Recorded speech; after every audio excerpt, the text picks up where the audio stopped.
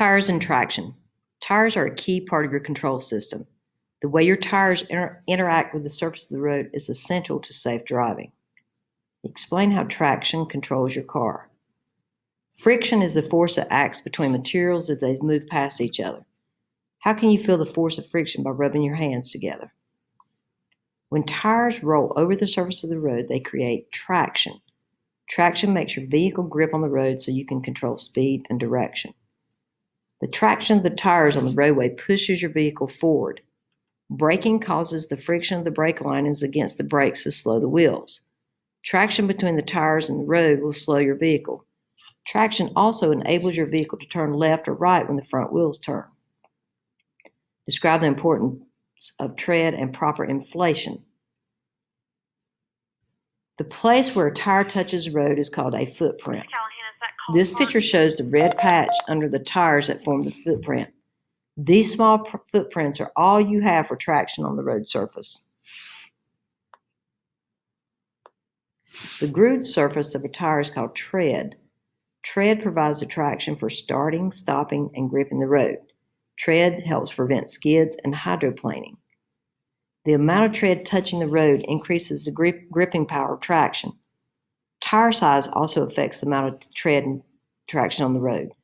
Check the owner's manual for your vehicle for the maximum recommended tire size. Properly inflated tires can mean the difference between keeping or losing control. Too much or too little pressure can change the amount of tread or footprint on the road.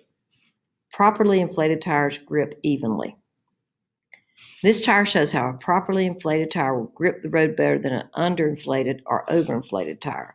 So you can see how much of the road is contact patch, which is what you want.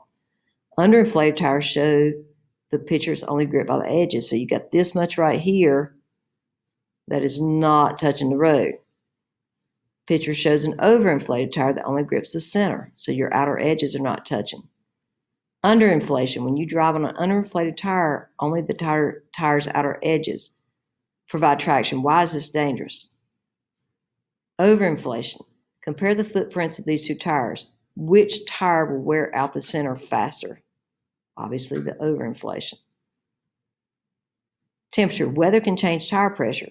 Cold air makes tire pressure drop. Tires can become underinflated. Hot temperatures will increase pressure and they may cause overinflation. Check your tire pressure regularly. Should tires be checked when they are hot or cold, before you start driving or after you've been driving for a while?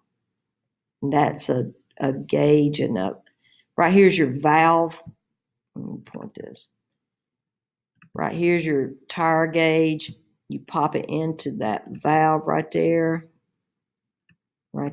and then this ruler will pop out. If it says 20 psi and your tire says 40, then you need to put 20 pounds of air in there.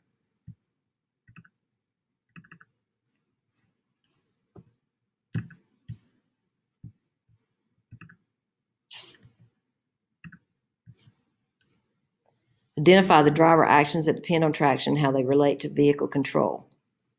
Traction is used to accelerate, brake, and steer. Your tires provide a limited amount of traction. Hard braking can consume most of the traction. Combined hard braking and steering can cause a loss of control. Imagine you enter this curve at 55 miles an hour. As you reach the middle of the curve, you realize you're going too fast. So you quickly brake and turn the wheel sharply into the curve. What would probably happen?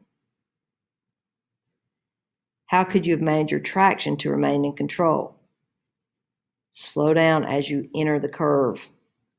Tire pressure. You can't just tell by looking if your tires are properly inflated.